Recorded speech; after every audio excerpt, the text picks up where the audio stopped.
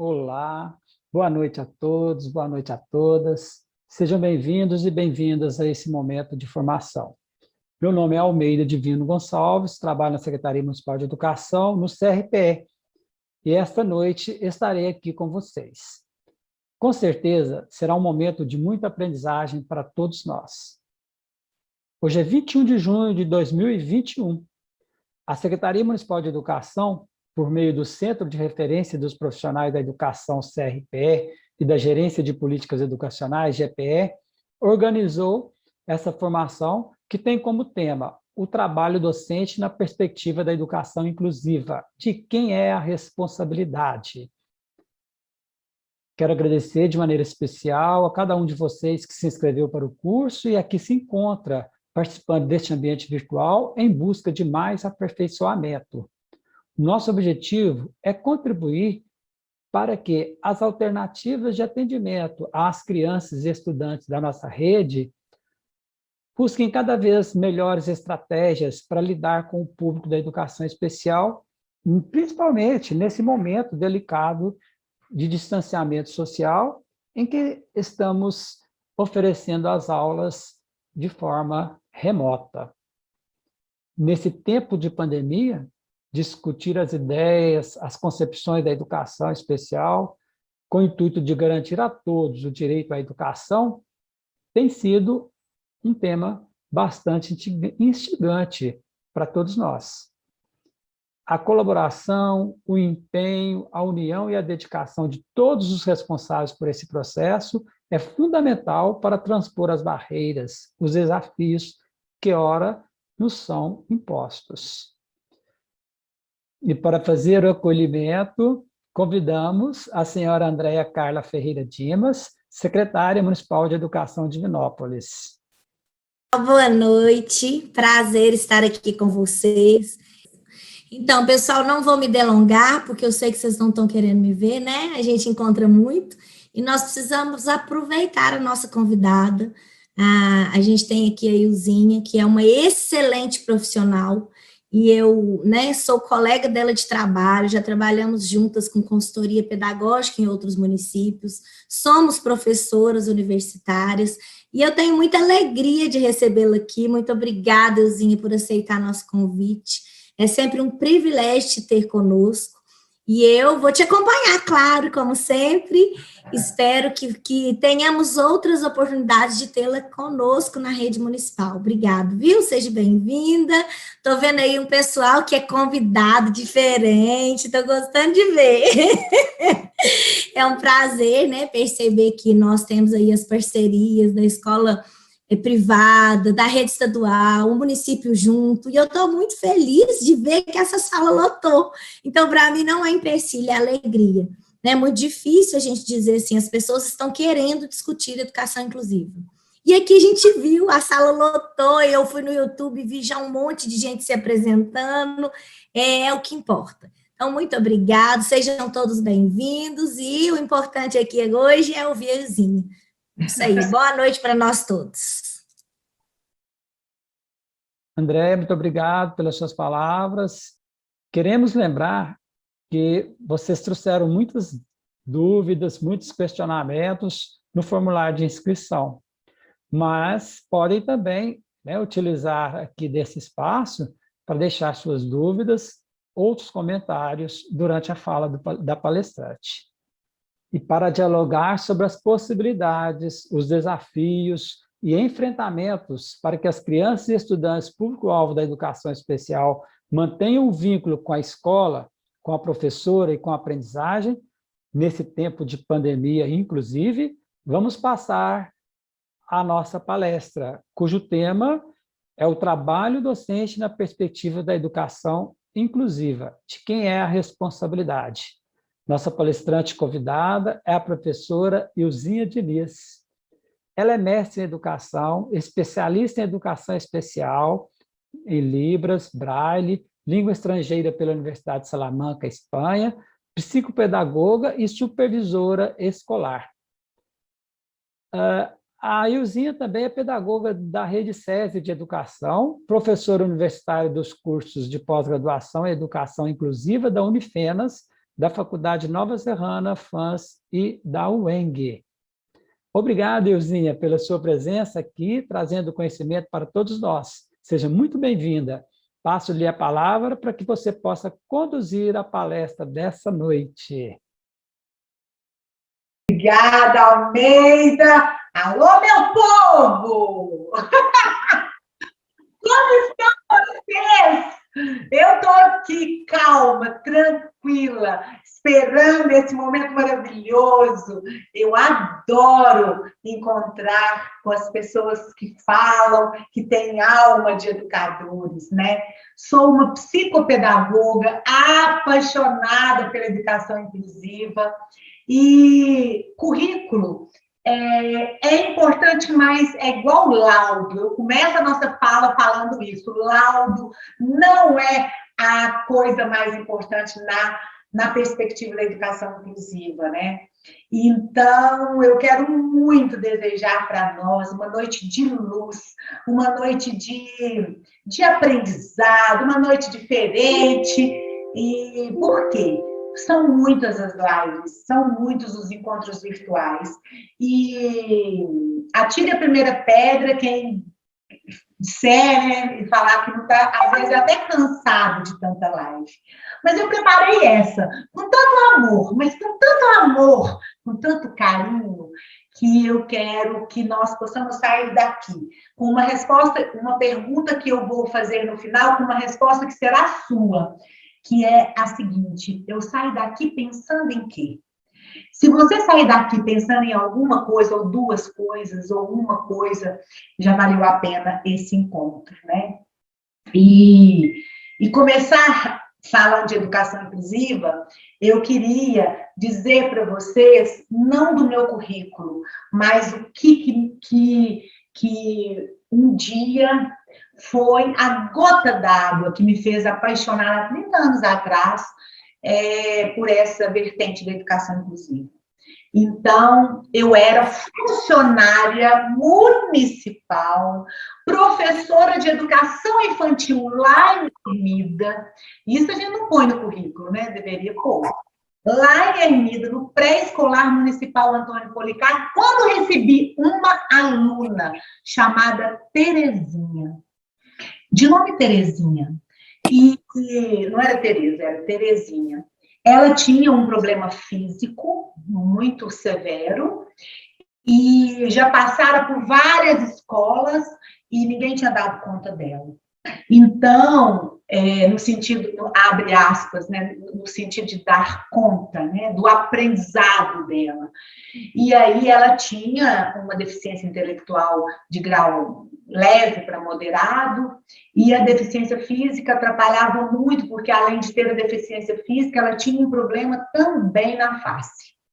Então, resgatar a Terezinha, devolver para a Terezinha tudo que vamos falar nessa noite, foi lá. E ainda continua sendo hoje. Eu arrepio de dizer, a minha maior inspiração, o meu motivo e outro, o que me faz estar aqui nesta noite e em tantas outras que o universo mandar para mim, é a minha gratidão.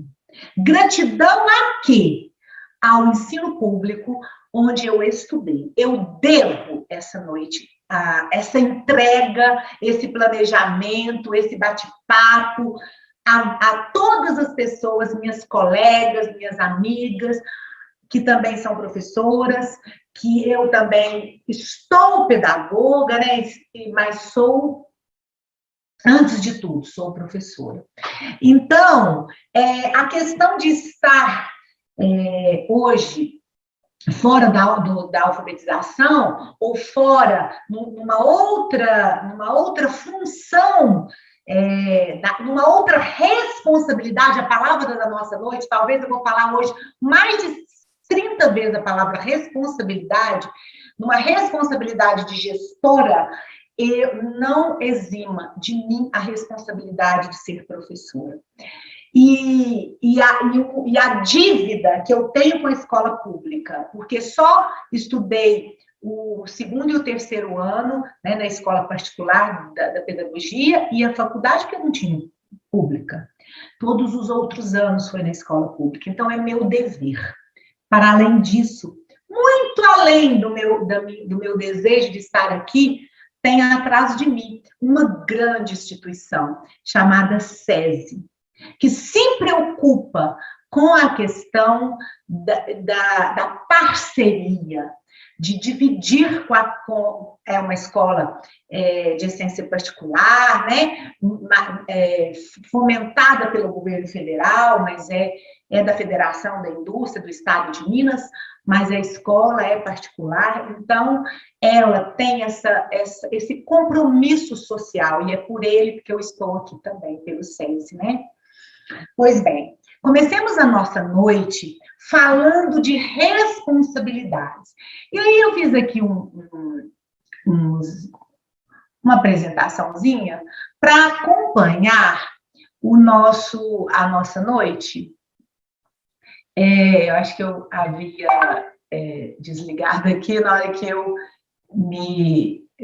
acabei fazendo desligando e ligando meu computador de novo, e os meus slides ficaram, eu vou ter que abrir de novo, rapidinho, né?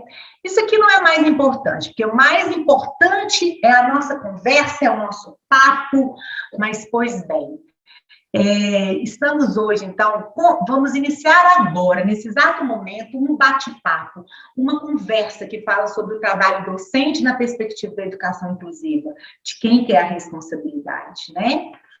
A Secretaria Municipal, né, dirigida agora pela minha colega, parceira, companheira de trabalho, Andréia, ela balança muito a bandeira da inclusão no município, e a comunidade tem muito a ganhar, né? Quero começar essa noite dizendo para você que está aí do outro lado da telinha, nos ouvindo, a mim, o Almeida, a Andréia, a secretaria, que o meu papel nessa noite aqui, ele é simples. Ele é um papel simples de ser despertador. Como um despertadorzinho mesmo, né? Nunca pensei nisso. Vou ler sobre isso. É um despertar, né? Porque é em 2 horas e nós não vamos esgotar o tema da educação inclusiva, e muito menos o tema que nos inspira nessa noite, que tem a ver com a questão da responsabilidade. 2 vezes. Vai marcando aí quantas vezes que eu vou falar a palavra responsabilidade, né? Então, quem tiver alguma coisa para anotar, pega algum papel, porque a gente vai falando algumas coisas e pode ser que, não hoje, nesse momento, nessa noite, não apareça nada, mas ao longo da semana, olhe para a sua alma de educadora. Olhe para o seu coração de gente que tem aqui, nesta vida, um propósito muito além de apenas a escola X, Y e Z dar uma aula, fazer uma live, uma palestra, um encontro com o pai, que é um propósito de deixar alguém neste mundo, para fazer deste mundo um mundo melhor. Esse é o propósito da educação. Esse é também o meu aqui. Pensa numa pessoa feliz, esperando em média de 90 a 100 pessoas, quando a Elaine Kendall e o Almeida me contaram que tinha 200, na hora que eu ouvi, 298 inscritos, e depois 305, e depois eu já não vi mais. Então, eu pensei, gente, como é grande a nossa responsabilidade. É minha, mas é sua também, né? Então, qual que vai ser o foco da nossa noite? O trabalho docente com alunos comprometidos. Portanto, eu já peço licença e desculpa às pessoas que fizeram perguntas relativas ao processo de aluno de escola regular, né? Dita, abre aspas, comum, que neste encontro não vai ser respondido, pode ser em outro. Nesse é para a gente falar de alunos comprometidos.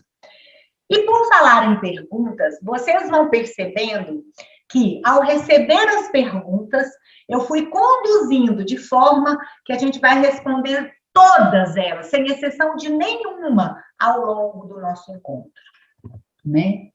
Vamos falar o foco da noite de responsabilidades, de quem, né? E para falar de responsabilidades, a gente precisa falar de papel, né? Nós estamos aqui reunidos e temos um papel. E se eu pudesse, colocaria mais uma seta debaixo do papel e colocaria propósito.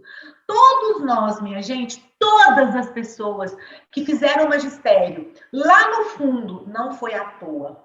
Tem um propósito de ajudar alguém, tem alguém que vai ficar marcado na sua história, como muitos outros ficaram na minha, mas a Terezinha é a gota d'água, enfim, ela me acompanha até hoje, né?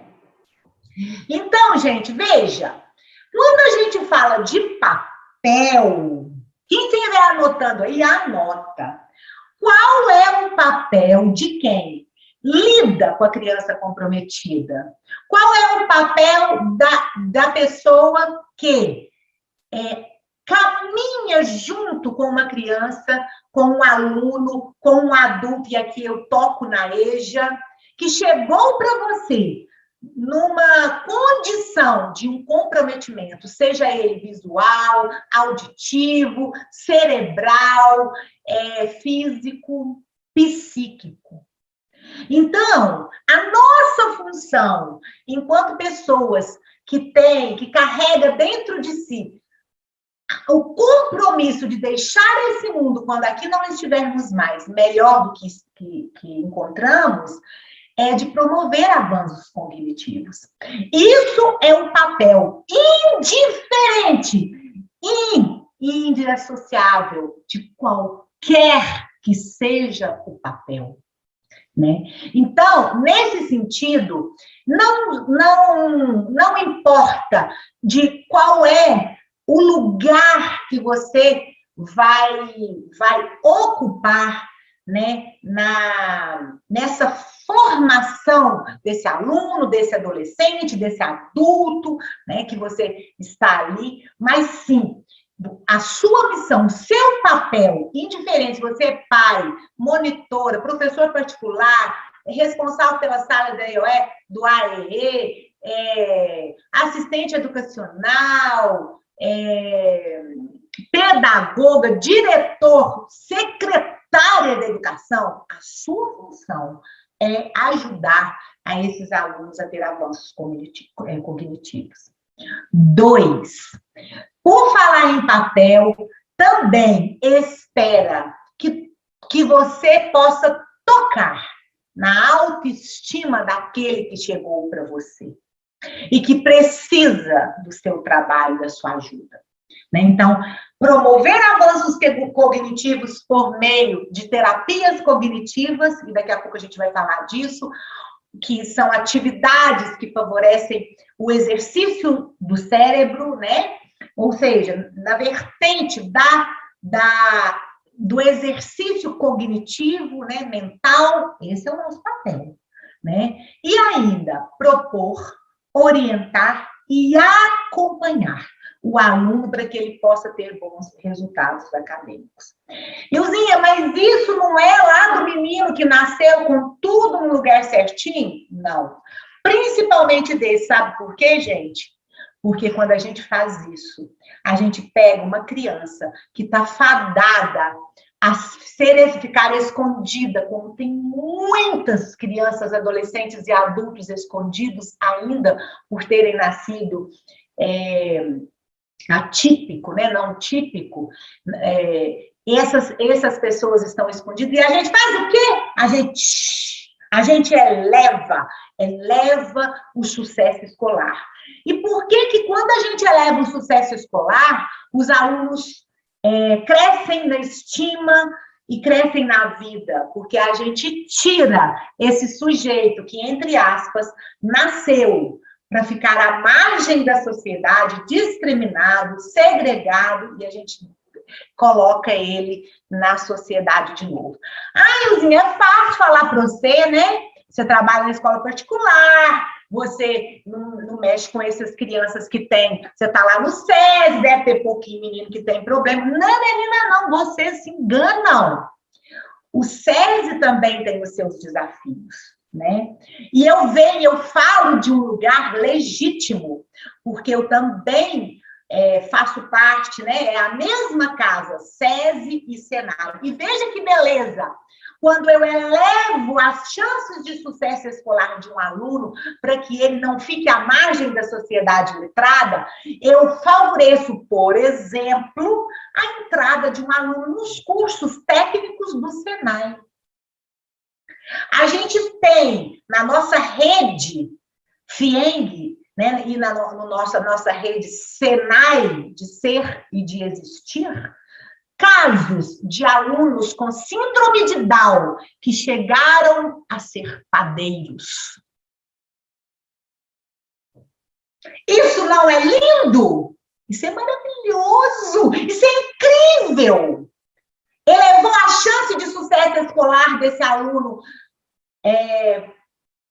com síndrome de Down ou não? Deficiente ou não? Sim! E esse é um papel importante. Então, eu não falo de um lugar qualquer, eu falo de um lugar legítimo, de uma pessoa que acredita na educação inclusiva, porque ela dá frutos, né? Já passou a época de nós nos desfazermos de alguns scripts, como, por exemplo, o script de que aluno que nasceu comprometido, o lugar dele é na educação especial. E eu não estou aqui tirando o lugar da educação especial. Ela tem o seu lugar. E isso também é lindo, é incrível. Eu estou dizendo que numa proposta de educação inclusiva é um lugar onde a gente vai promover a educação comum para todos, inclusive para aqueles que nasceram comprometidos, que nem a chance tinham de ir para a escola. Veja, no artigo único, no parágrafo único do artigo 27 do Estatuto da Pessoa com Deficiência, diz o seguinte, abre aspas, é dever do Estado, da família, da sociedade, assegurar a educação de qualidade para as pessoas com deficiência, para que essas pessoas fiquem salvas de toda a discriminação, de toda a violência, de toda a negligência e de todo o processo discriminatório da nossa atual sociedade. Isso está no parágrafo único do artigo 27. Na Constituição Federal, diz que a educação é direito de todos. Não fala que é só direito do que enxerga. Gente, pensa nisso. A educação é direito de todos e dever do Estado, da União, da família, da comunidade escolar e da sociedade. Lá não fala que é só dos que ouvem, só dos que escutam muito bem, dos que andam e se movimentam e se locomovem. Lá não fala que é só daqueles que têm as faculdades em seus lugares. Não, não, não. É o contrário. De 14 a 17 anos é direito inalienável a educação. E a educação inclusiva, ela não é reforço. Ela não pode ser. Eu dizia antes e quero falar de novo. A educação inclusiva, ela parte do pressuposto de que lá é uma casa comum, é como a terra. Quem criou essa questão de que pode, não pode, que aprende ou que não aprende, os graus de aprendizagem, foram nós. Com o nosso jeito segregador que a gente tem, né? Então, gente, para começar a nossa noite e para falar de responsabilidade, que é a palavra que eu disse, eu trouxe aqui para vocês as matrioscas. Daqui a pouco eu mostro quando eu tirar os slides. As matrioscas, melhor, aqui está. São as bonequinhas são bonequinhas de madeira. Hoje já tem de plástico. E ela, de acordo com a cultura russa, Elas são bonequinhas que diz respeito da fertilidade, da maternidade, do amor e da amizade. Então, como eu gosto muito de uma metáfora para começar as aulas ou as lives, eu não poderia deixar uma metáfora de lado. Essas matrioscas vão nos acompanhar durante todo o nosso encontro, até lá para as 9 horas, que a gente chegou atrasado. Então, gente, os russos, quando queria presentear uma pessoa com muito afeto, eles davam as matrioscas. Tenho que contar para vocês que as matrioscas, originalmente, elas surgiram, foi lá no Japão, e tinha o nome de matriocas. Daí matrioscas. Mas elas foram aprimoradas e virou símbolo nacional da cultura russa. Fui num outro país. Então, eu quero começar essa noite com 2 significados das matrioscas. O primeiro delas, o que são as matrioscas? Quem não conhece, está aqui. São bonecas russas, originalmente surgiram no Japão, mas acabaram sendo incorporadas à cultura russa. Aliás, o nome matriosca sai desse nome, significa maternidade, fertilidade, amor, amizade, entrega. Então, quando eles queriam falar de um sinal de afeto, de desejo de vida longa, de espaços de muita fertilidade, de muita alegria, eles davam à pessoa uma boneca russa. Então, aqui, no sentido mais figurado do mundo, eu quero entregar no coração de cada um que está nessa live uma bonequinha russa, para que possa florescer o significado delas, da maternidade, da amizade, do amor para com as pessoas com quem cair na sua mão, né? Então, minha gente, eu trago para vocês aqui as responsabilidades, né? Aqui dentro das bonequinhas russas, quando a gente abre, veja, a primeira boneca, daqui a pouco eu vou colocá-las na estante. A primeira boneca é a boneca maior, né? Que eu vou colocar aqui na minha estante. Ela vai ficar meio longe, mas eu não tinha um móvel mais perto. Ela vai significar para nós sei lá, a figura do diretor e todas as pessoas que ocupam um lugar de direção, de gestão. Significa, por exemplo, Andréia Dimas, viu, Andréia? Que você pode ser uma dessas matrioscas aqui. Inclusive, ela é bem gordinha igual você. Que gracinha! Outra matriosca, né, para representar. Então, assim, toda pessoa que está no patamar da gestão está aqui representado por essa matriosca maior, porque é da responsabilidade da secretária escolar, das analistas, né? Patrícia Siqueira, Soninha, minha prima, Cássia Maria, Almeida, que está lá, é função deles também que estão na gestão, cuidar com amor, assim como diz a metáfora das matrioscas, né, desse público. Quem mais é a responsabilidade? Aqui representado por essa matriosca um pouco menor, ó, veja, aqui. Ficou muito perto aqui. Os coordenadores, eu vou colocar aqui bem pertinho na estante, os coordenadores, né? Coordenador. Geralmente as matrioscas são 7 bonequinhas, uma dentro da outra, uma dentro da outra, uma dentro da outra. Aqui representado por essa bonequinha, essa matriosca mais pequenininha ainda, não no tamanho, tá, gente? Inclusive, eu faço 2 convites para vocês. O primeiro, eu quero que vocês, todas as vezes que eu falar uma palavra que não fizer sentido, vocês estão autorizadas a dar um sentido para essa palavra. Porque às vezes eu vou falar assistente educacional. Aí você fala, aqui na minha cidade, na minha escola, não fala assistente educacional. Muda que passa a ter sentido para você. Eu vou falar monitor educacional, professor ou monitor de apoio. Muda que você vai aproveitar mais a nossa noite. Então, aqui representada a terceira boneca, né, saindo de dentro de todas as outras, está o professor regente ou os professores e as professoras regentes, né? Está aqui representada na segunda bonequinha. Quem mais que faz parte?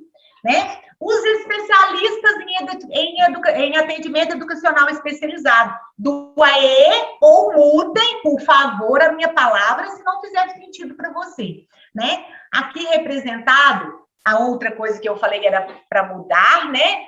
Os meus vocábulos, se por acaso eles não fizessem sentido para vocês. E peço também que vocês não considerem o tamanho, porque o valor, a responsabilidade é de todos, né? Então, aqui, representado por essa quarta bonequinha, estão os especialistas em atendimento, né? São as pessoas que estão diretamente relacionadas com esse aluno deficiente, com esse atendimento educacional, porque depois a gente vai separar um pouquinho, né? Então, aqui estão os especialistas, quarta bonequinha, a minha tem seis bonequinhos. Aqui, nessa outra bonequinha matriosca, nós vamos representar o professor de apoio, né? Que é o professor ou o monitor, mudem as minhas palavras, ou o assistente, dê sentido aquilo que a gente, que é na sua escola, o nome que tem. E, por fim, mais dois. Esse último aqui, essa última bonequinha, né? Não no tamanho, nem na responsabilidade, mas estão os professores da sala recursos, os monitores, os estagiários, os ajudantes, os serviços gerais. Pronto! Montei aqui na estante a linha das matrioscas, né?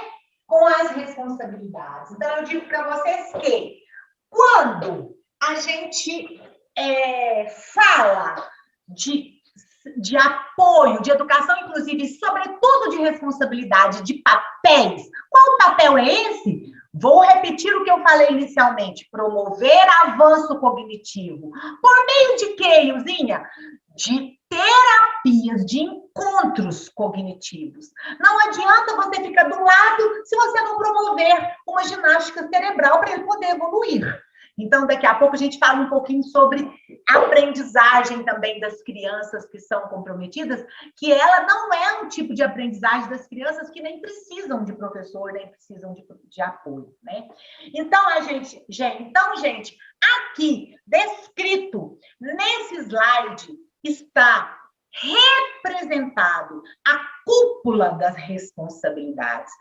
Digo que lá no diretor estão todas as pessoas, todos os gestores que fazem a gestão do município, do estado, da sala de aula, do pátio da escola, né, as disciplinárias, enfim. Mudem as minhas palavras, sei lá, o PEDEL, o inspetor de aluno, né, que cuida dessa gestão. E aí eu trago vocês para uma outra discussão, né, para uma outra provocação, que é lá no fundo, bem lá no fundo. A gente não precisa de muita coisa para aprender, nem para viver. A gente precisa mesmo um dos outros. Na vertente das responsabilidades, que me outorga conduzir um processo educacional de um aluno X ou Y, de um aluno que nasceu que nem precisa de mim, ou de um que nasceu que sem a minha ajuda, sem a minha condução, ele não caminha, nessa vertente da responsabilidade, eu quero afirmar para vocês duas coisas. A primeira é que a gente não precisa de muita coisa. E nem de muitos. A gente só precisa um dos outros. Para que a gente possa dar a mão e que essas crianças que estão à margem de uma sociedade letrada, que estão à margem de um processo educativo, quando você estende a mão, ela fica, no mínimo, extremamente grata. Há casos que levam o que tem, leva polvilho, leva galinha, quer te agradar, leva florzinha do campo que achou, quer te agradar. Ela quer dizer assim, ei, você me viu, você me enxergou. Você pode, inclusive, mudar a minha condição nessa vida. Que nasci nem para ter um dinheirinho e eu posso ter, inclusive, uma profissão. né? Como eu disse, há casos, né? Eu, inclusive, conheço, nessa live está minha amiga Laene, que também conhece, uma pessoa que tem uma deficiência auditiva e que se formou em fisioterapia. O que aconteceu com essa criança? Passou por uma escola que tinha uma visão de educação inclusiva, chegou lá na frente, encontrou uma família maravilhosa, que ajudou, que promoveu avanços também, que deu a mão. E você, esse cara é tudo mais novo. E essa pessoa se tornou uma fisioterapeuta. Gente, isso é lindo, isso é maravilhoso, né? Então, agora, eu vou encerrar, vou voltar, né, para a gente conversar um pouco sobre responsabilidades. Depois a gente volta aqui de novo para falar sobre um assunto que foi muito perguntado, que foi sobre a dislexia.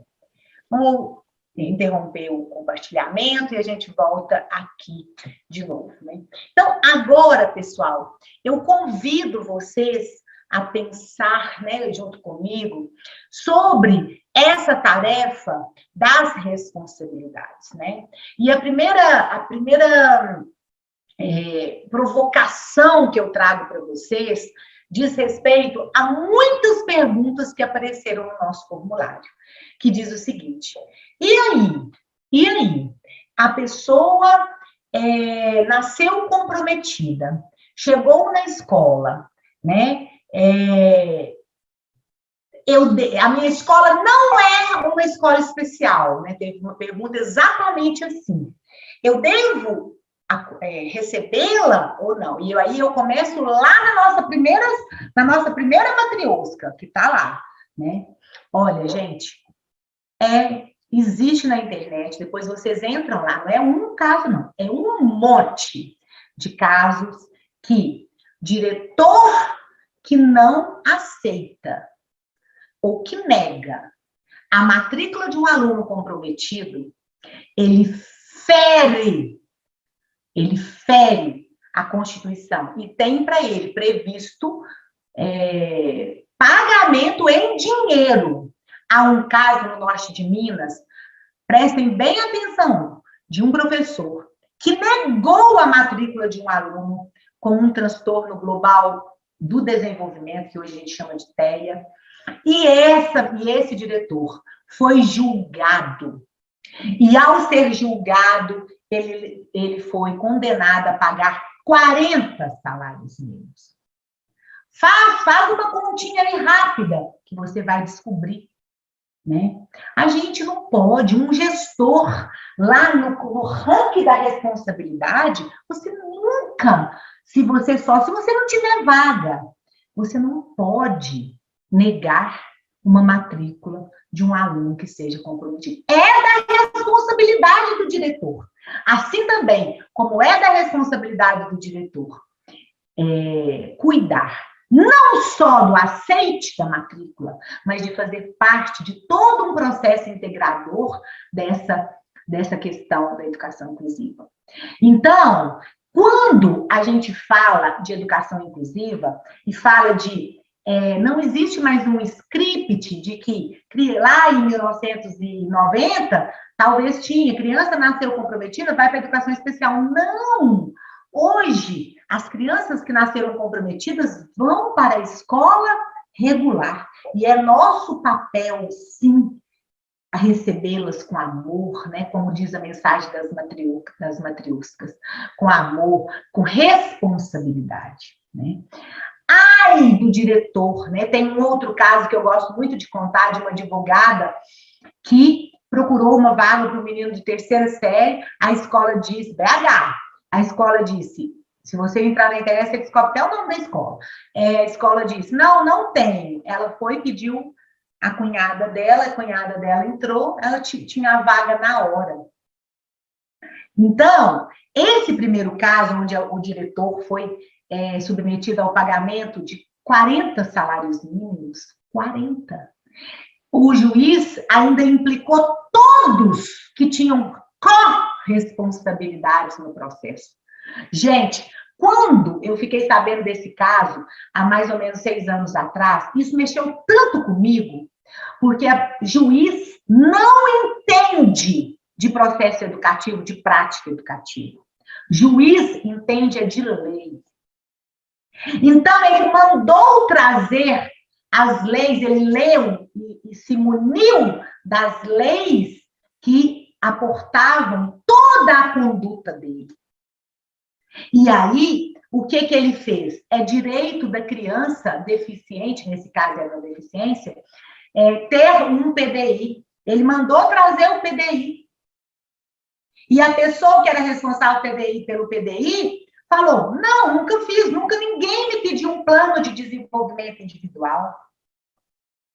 Então, ele mandou chamar a quem que ela era submetida. Era a pedagoga. E a pedagoga falou, na nossa escola nunca teve PDI, então, como nunca teve, eu nunca mandei fazer. Então, ele pediu, então, ao diretor que fosse, o diretor foi, e ele disse, cadê o processo desse aluno? Ele estava lá fazendo o quê? Porque a denúncia, ela foi em torno disso. Olha a queixa. E o que foi o desfecho? Olha a queixa, gente. Veja. Meu filho está matriculado nessa escola e eu percebo que tem uma proposta para os alunos que são ditos, abre aspas, comuns, e tem gente que fala alunos normais, né? Mas eu nem quero usar essa palavra porque ela é muito pejorativa, mas para os alunos neurotípicos, tem uma proposta para os alunos neurotípicos, e os meninos estão aprendendo a ler e escrever, o meu filho não tem problema na fala, tem outros problemas, ele fala, mamãe, quando que eu vou aprender a ler e escrever? Porque a minha professora só me coloca para fazer exercícios estereotipados no fundo da sala. Foi por isso que veio a ficha. E aí, ele foi puxando, né, toda a legislação, e ele foi vendo que implicava em responsabilidades. E ao diretor, no final desse caso, que é ilustrativo, mas eu gosto de ensinar por metáforas, eu quero dizer para vocês, para além das matrioscas, que é ilustrativo, mas é real. Ele então, encobriu ao diretor 40 salários mínimos e a todos os seus, abre aspas, ajudantes, comparsas, colaboradores, companheiros, utilizem a palavra que vocês quiserem, ele deu a todos o serviço social. Todo mundo pagou. Por quê? Desde o professor apoio, que nessa escola tinha sala recurso, tinha professor de apoio, porque era uma criança com TEA, transtorno espectro autista, e nada tinha de grau leve, que nada tinha sido feito por essa criança. Então, por que eu resolvi contar esse caso, dentre tantos que eu poderia citar, para dizer para vocês que a responsabilidade é de todos no processo de educação inclusiva. Mas a velha pergunta que não quer calar.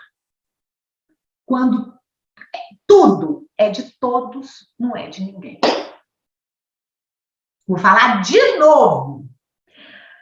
Quando uma coisa é de todos, não fica para ninguém. Então, as responsabilidades devem ser responsabilidades compartilhadas. E eu vou dizer das mesmas agora, das responsabilidades compartilhadas, porque algumas responsabilidades, elas são claras. Não é no processo inclusivo, não é no processo de educação inclusiva, é uma responsabilidade natural do processo de ensino e aprendizagem. Como, por exemplo, de quem é o aluno X? É da professora Flavinha Oliveira. Flávia Oliveira, professora de 3 anos, ela é professora numa escola X, e ela tem um aluno com uma deficiência. Chegou para ela. De quem é a responsabilidade desse aluno? Da Flávia, nesse exemplo que eu estou dando. E de quem é a corresponsabilidade? Né? É de todos os outros seus companheiros representados na metáfora das matrioscas. Então, no que tange aos gestores, às políticas, fazer valer os projetos, dar andamentos aos processos, aos instrumentos. E no que diz respeito ao professor da sala, então, o aluno é de quem? essa pergunta é uma pergunta que eu respondo muito quando eu visito, e teve uma pergunta dessa no formulário. Quem leu os formulários, eu, Almeida, Eliana Elisa, Elaine Kenda, a gente viu essa pergunta que diz respeito. Ilzinha, de quem que é o aluno quando ele chega do sexto ao nono?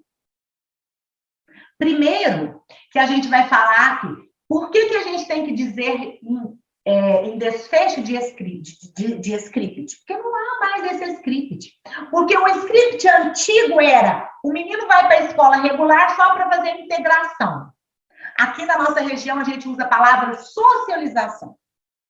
Então, a gente ia lá e falava, fulano de tal está indo para a escola, mas não aprende nada, não, é só para socialização. Esquece, isso não existe mais. Já tem mais de 30 anos. Olha, a educação inclusiva, as políticas públicas da educação inclusiva, elas datam-se com maior vigor junto com as políticas do SUS. Nunca se esqueça disso. Vou falar de novo. As políticas de educação inclusiva, elas ganharam maiores forças, maiores visibilidade, elas vieram para as mesas dos debates educativos, junto, mais ou menos, caminharam mais ou menos junto com as políticas públicas do Sistema Único de Saúde, o SUS. E por falar do SUS, né, viva o SUS. Ai, que me vacinou e vacinou todos vocês que estão aqui nessa live, eu tenho certeza. Mas, voltando aqui, então, as políticas públicas de educação inclusiva, elas são recentes, né? 1960, mais ou menos, 1970 com mais vigor, mas 90 ganhou força. E aqui eu não dou conta da questão política, porque eu não dou conta desse discurso político partidário. Mas vocês há de convir comigo que a maior força das políticas públicas para a educação inclusiva, ela nasce, e para o SUS também, com muita força, quando os governos foram uma política mais democrática. Então, no que tange à questão do direito, o direito surge quando nasce a criança que tem direito de ir para a escola. E não é só para a integração. E por que a gente define responsabilidades? Porque a gente sai da modalidade, do segmento da integração e passa para a modalidade, o segmento da inclusão. Então, tinha uma pergunta lá que falava assim, o que é educação inclusiva? É isso. É promover, né, uma educação, né, as pessoas, na lei, fala de 3, os deficientes, fala do transtorno global, né, que hoje a gente não fala mais transtorno global do desenvolvimento, a gente fala TEA, mas aqui eu estou falando para reforçar o TEA, e os altas habilidades, né.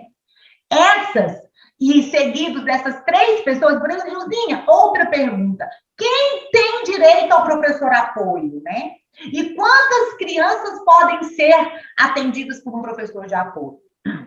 Eu estou falando professor, gente, mas mudem a minha palavra se não fizer sentido para você. Às vezes é um assistente do apoio, analista do apoio, cada lugar fala de um jeito, né?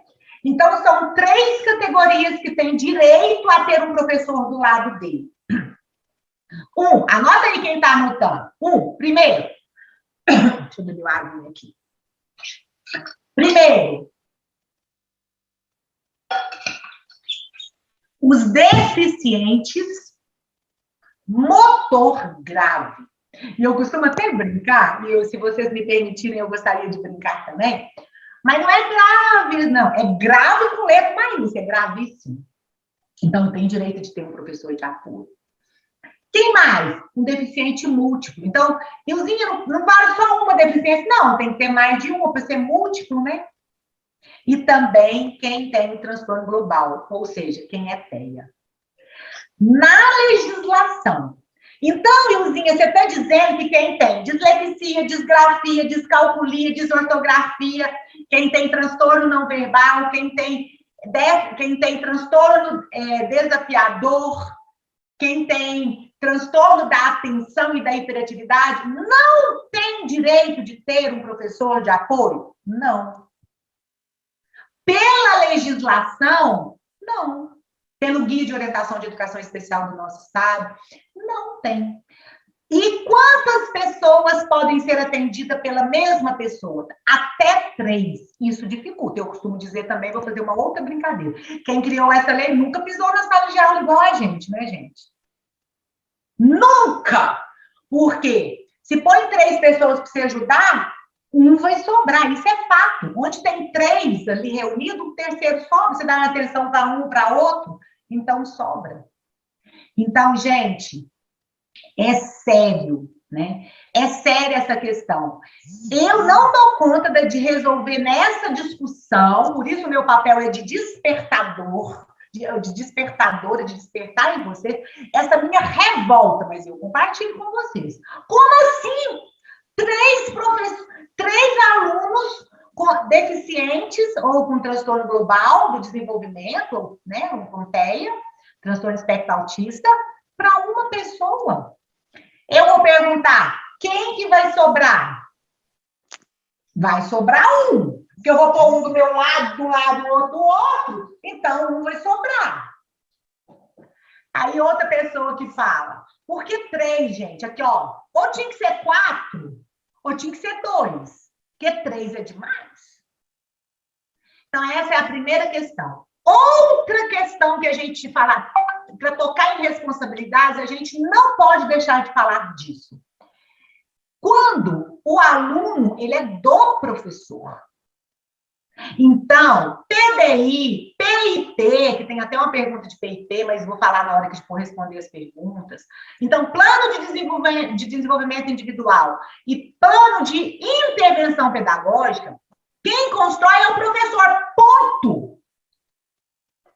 Ah, mas elas, abre aspas, empurram, fecha aspas, na gente, que é um simples assistente educacional, monitor educacional, não quer fazer nada por aquele aluno. Então, eu estou dizendo aos diretores que aqui me escutam, que o aluno é do professor, ele ganha, inclusive, por ele. Agora, outra coisa, a corresponsabilidade é de todos aqueles representados na minha metáfora. E de responsabilidades iguais e com responsabilidades claras. Vou dar exemplo. Quem faz, por exemplo, PDI, gente, a gente faz, é uma coisa que vale a pena anotar também. Plano de desenvolvimento individual, a gente só faz para aluno que é deficiente, alta habilidade ou tem transtorno global do desenvolvimento. Aí, dentro do transtorno global, é muitas subdivisões. E, para isso, eu quero indicar essa obra. Eu vou deixar uma foto com o Almeida para ele colocar em tudo quanto é grupo, mais os slides desta noite. Eu quero indicar essa obra, que ela é uma obra, não é de sentar e ler, não. Quando você pega um menino com algum transtorno global do desenvolvimento, você vem aqui e dá uma lida. Quando você pega um aluno que tem algum transtorno da aprendizagem, você vem aqui e abre, porque aqui tem todas que foram catalogadas. Todas. Então, essa é uma bíblia de quem se presta a trabalhar com a educação inclusiva. Isso é uma leitura obrigatória. Não é direta, mas é uma leitura obrigatória. Então, quando a gente fala de responsabilidade, quem é que deve fazer o plano de aula para o aluno que tem comprometimento? O professor de classe, ele faz o plano. Ele faz o plano dos alunos e faz o PDI. Ah, então eu sou o professor de apoio, não vou fazer nada. Ah, eu sou o assistente educacional ou monitor educacional, eu acompanho, eu não faço nada. Não, calma, não estou falando isso, não. Olha a sua responsabilidade. Adaptar tudo que o professor propôs. Achar a forma. Então, por exemplo, será que é fazer uma fichinha e colocar a fotinha do aluno? ou o nome dos coleguinhas para ele identificar? Porque lá na sala só tem o nome, não tem a fala, e você vai precisar pôr um ícone para ele? Será que é construir uma régua para favorecer a leitura de buraco maior, menor? Será que a proposta do professor naquela noite é escrever uma cartinha, sei lá, para aniversariante da nossa sala do dia? Mas esse papel é pequeno demais, você vai ter que fazer um grande? Não sei. Eu peguei alguma coisa aqui para a gente falar. Será que a professora está explicando lá nome de letra, que é diferente de som de letra, e você vai ter que fazer uma coisa assim no palitinho, que tem uma questão maior? Será que você vai ter que pegar um lápis, né, uma caneta fina e fazer ela ficar mais grossa para ela poder escrever? Será de quem é a responsabilidade de fazer as adaptações do plano do professor, do assistente educacional? Então, não é assim, ó. Amanhã eu vou lá para a escola municipal X, para a escola Y, e eu quero ver o que a fulana vai dar. Me dá para eu fazer? Não. Eu não disse que você tem que promover avanços cognitivos? Se o avanço cognitivo tiver a ver com o pegar do lápis, você tem que pensar numa estratégia. Então, eu digo o seguinte, gente, veja, a mudança de script é também uma conversa fina entre meios e modos. E é você, professor de apoio, se tornar um especialista e um desbravador de barreiras. Uma palavra que eu gosto muito de usar, não é acadêmico, mas eu faço, o que é ser assistente educacional? É um desbravador de barreiras. É um grande encontrador de meios e modos. Então, na vertente da escola, na vertente de uma escola apenas integradora, valia, olha que sério isso que eu vou falar, gente. Na vertente de uma escola só integradora, ou vai para a escola só socializadora, valia o especialista que sabia só Braille, só Libras, ou era só um tradutor, né? Na vertente da educação inclusiva, não vale mais. Porque só saber Libras para ser uma pessoa que acompanha o outro não basta. Olha que lindo, gente! Diga que isso é maravilhoso! Não, escreve, abre o caderno, anota. Gente, na vertente de uma educação de propósito construtivista, socio-interacionista e além disso, inclusiva, não basta ser especialista. Portanto, você tem que ser uma pessoa que se dispõe a descobrir, por meio do currículo que a professora de classe da sala comum vai te passar, quais são as barreiras que impedem aquele aluno de evoluir naquilo que ele pode dar conta. Porque não vem com essa de que todo mundo aprende da mesma forma. Não! O ato de ensinar é coletivo, de aprender é de individual. Ponto. Nesse pressuposto, é um pressuposto até epistemológico, o ato de aprender é coletivo e o de ensinar é individual, toda educação é inclusiva. Toda. Então, o grau de aprendizado, do meu aprendizado, não é o mesmo da Laine. Inclusive, era muito inteligente na minha época. A forma como ela aprende não é a forma como eu. Então, qual é a responsabilidade de um assistente educacional? Foco desse encontro. A mim me foi pedido para falar dele. Ele é um especialista em meios e modos. Um especialista a descobrir as barreiras que impedem aquele aluno que veio para você. E aquele plano daquele ano não vai servir para o outro que vai chegar. Porque são muitas síndromes, são muitos transtornos, são muitas disfunções e a gente não dá conta dela. E a outra reflexão, outra provocação que eu trago para vocês é a seguinte: tem professor que fica assim, você já construiu o PIP do seu aluno? Não tem laudo. Cruza o braço, as pernas. Não tem laudo.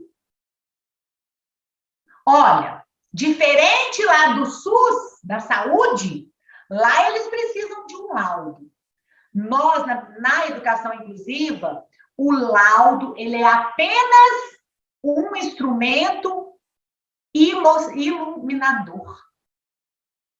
Ele é luz para que a gente principalmente para que a gente não faça o que não pode.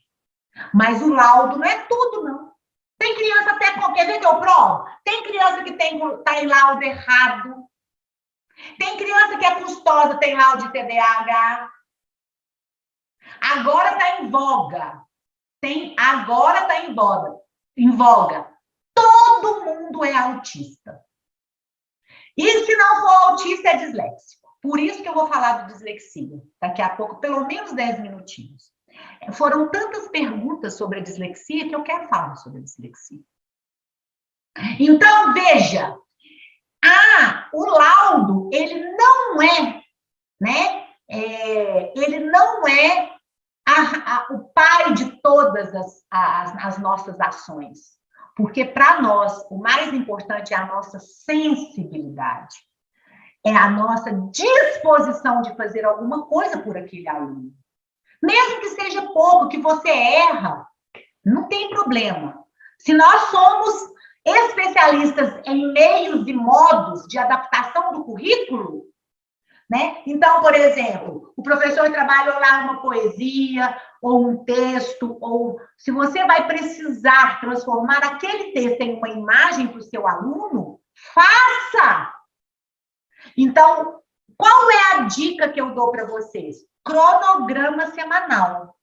Quem faz o cronograma semanal para o professor de atendimento? Troque as minhas palavras. Professor de apoio, o assistente, para quem está ali do lado, para quem vai para a sala de recursos. Professor de classe. Ele faz o plano do terceiro ano, ou do quarto, ou do quinto, ou do sétimo, e, paralelo, ele cuida, ele olha com amor daquela outra criança que também espera aprender. Faz um cronograma semanal. E chama a pessoa e fala, vem cá, Sônia, vem cá, Áurea do Vale, estou lendo o nome aqui. Vem cá, Maria Tereza, Tiele, vem cá, Tiele. Vem conhecer o que nós vamos trabalhar. Aqui, esse texto vai ser ele é fundacional sobre a foto, sei lá, um texto sobre classificação dos seres vivos. Vamos dar exemplos práticos. Então, esse é um texto que nós vamos trabalhar no nosso segundo ano. Tá aqui, Thierry. Se vira. Você é professora de apoio, você vai encontrar os meios e os modos de tornar este texto compreensível para o seu aluno reticência, disléxico, desortográfico, que tem transtorno espectro autista ou que seja autista. Porque uma outra questão que a gente não pode fechar os olhos é que tem limite, sim, de aprendizagem. Então, você que está ali do lado, já veio aqui e leu, né? O que o seu aluno tem, já descobriu alguma coisa, principalmente o que você não tem, o que você não pode fazer. Mas, e aí, eu acho que se eu engrossar o lápis, melhora. Se eu colocar um papel grosso, de gramatura mais grossa, melhor. O caderno agora, passei a vida inteira escrevendo um caderno sem pauta. Descobri que era melhor se eu tivesse dado a pauta. Porque ele se organiza melhor na pauta. Gente, eu convido vocês ao sair desta live a viajar comigo. Desfaça dos scripts.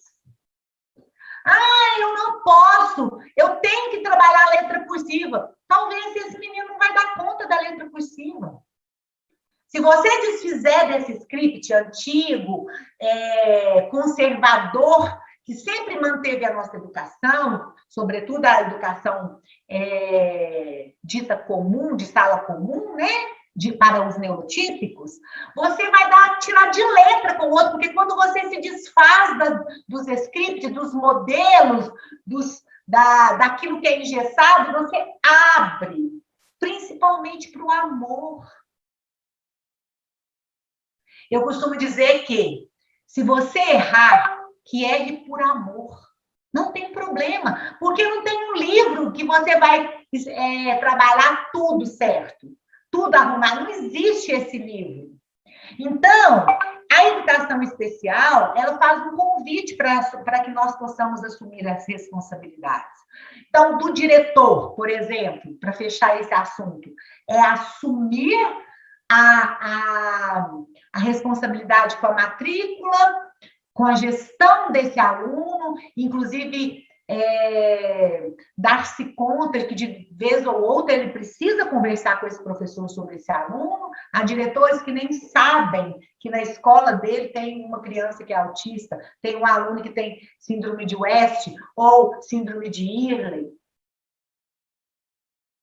Então, a responsabilidade desse diretor é de aceitar, né?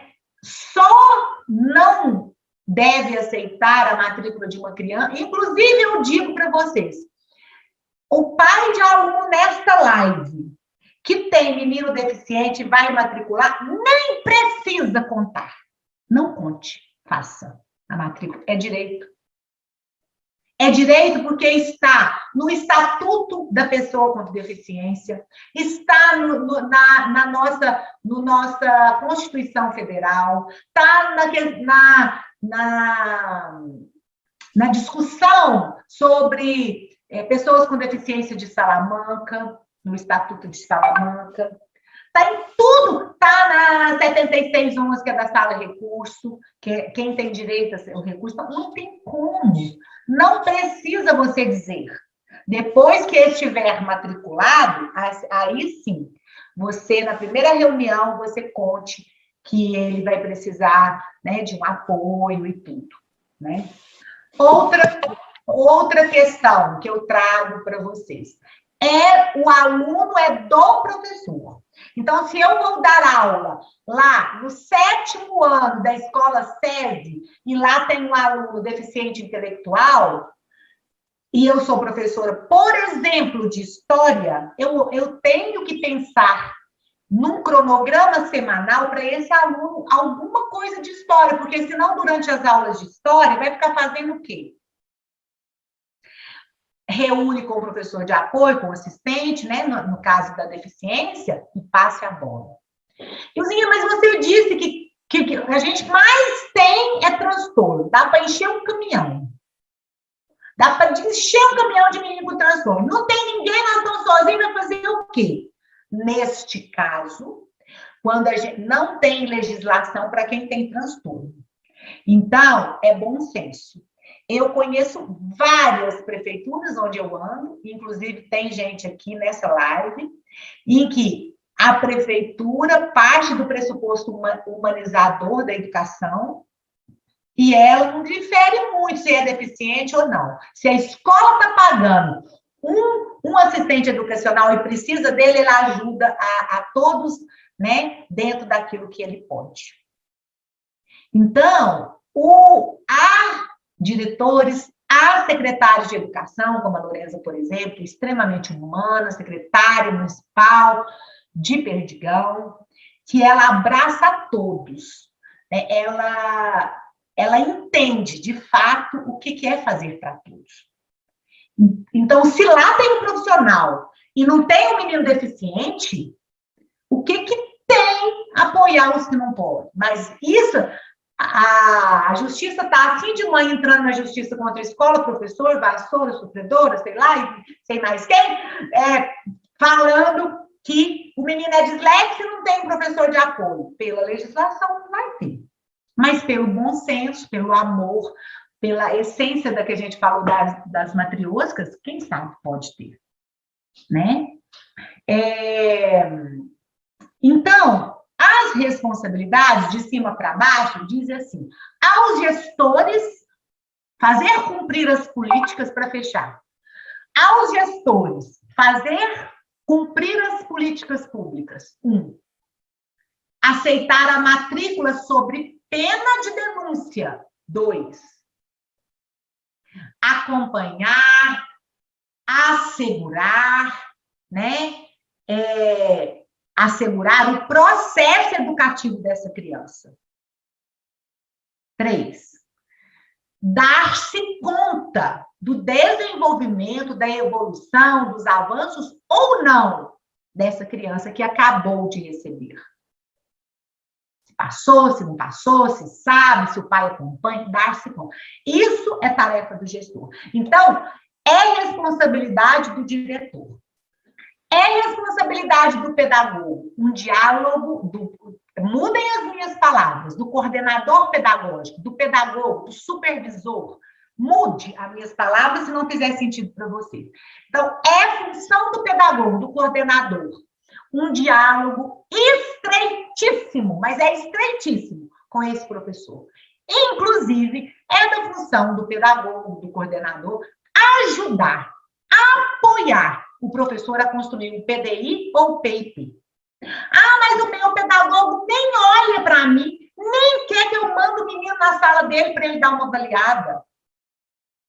Então, talvez falte a esse pedagogo que assumiu a responsabilidade de ser pedagogo, de ser coordenador, uma pitada de formação na área de testes projetivos, psicopedagógicos. Por quê? Porque talvez ele não aceite o convite para fazer avaliação de um aluno, porque lhe falta a competência de avaliar. Nunca passou na cabeça dele o que é? Uma anamnese, uma EOCA, um teste projetivo, ou um teste de raciocínio lógico, ou um teste ou um teste funcional. Por isso que ele faz isso. Então, acolha, gente. Olha, as pessoas não te dão um não à toa, não é só por preguiça, né? Então, para a gente, por exemplo, dizer que a pessoa não é disléxica, você precisa se desfazer de que ela não tem. Precisa aplicar nela um teste de inteligência, para ver se ela não tem problema neurológico. Precisa avaliar as questões da condução das questões afetivas. Não tem nada disso? Não tem atraso intelectual, questão emocional? Não, então agora a gente pode avaliar a dislexia, se o aluno tiver mais do que 8 anos. Qual é a responsabilidade do professor? Cuidar do plano vamos supor que tem 25 alunos.